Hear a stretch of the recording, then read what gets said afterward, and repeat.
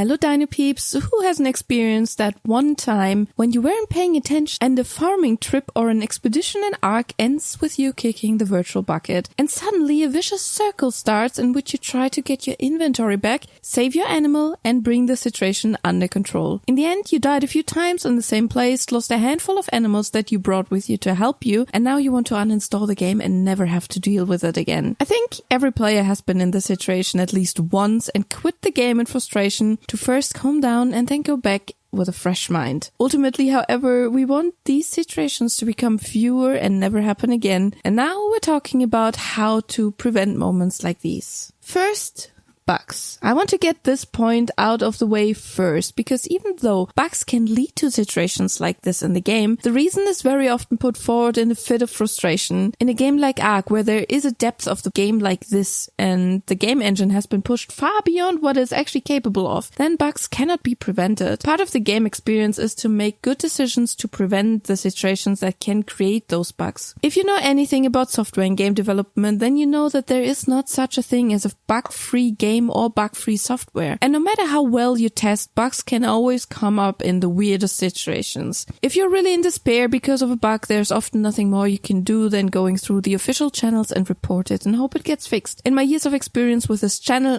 and working with a community, I can tell you that in most cases where bugs were named as the reason people died, the reason people died was not because of a bug, but because of poor decision making. Point number 2. Overconfidence. Many games give the player the feeling of being overly strong and being able to subjugate the environment with just a snap of their fingers. But this is not the case with ARK or the survival genre in general. These games do not take the player by the hand and guide them gently through the game, but the player's self-assessment of its own abilities has a direct influence on the game. Thinking that you don't have to deal with the importance of equipment because you have invested a few points in life or melee damage has cost many beginner players their lives. If you're still running around after several hours in the game and haven't invested time into crafting armor, even if it's just basic cloth armor, then you underestimate the importance of armor, a significant factor in a game where survival is virtually the objective. Most medium and large animals are stronger than you are, and any confrontation with them should be well considered. Back when I had my own community server and I was in charge of the admin work, a player came to me and said a Bronto had attacked his base for no reason at all and killed all his animals, and that he wanted me to spawn the animals back into the game or do a whole rollback of the server. Later, it turned out that he had been boxing animals around his base out of boredom and thought that because the Bronto was a herbivore, it would just run away like others. Spoiler, it didn't. So have a more realistic view on your abilities and rather underestimate them than overestimate, because you can lose a lot of stuff in situations like this.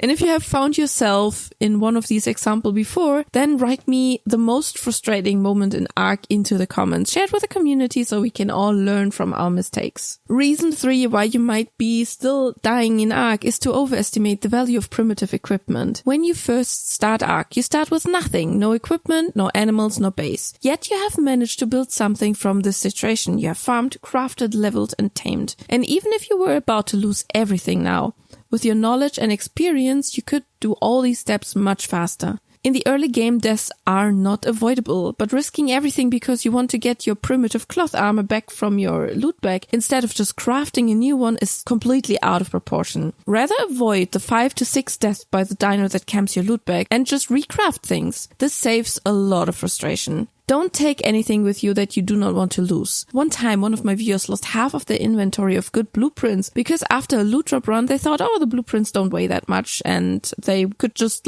carry them around and bring them to base later. And then they lost all their loot in lava and couldn't get it back.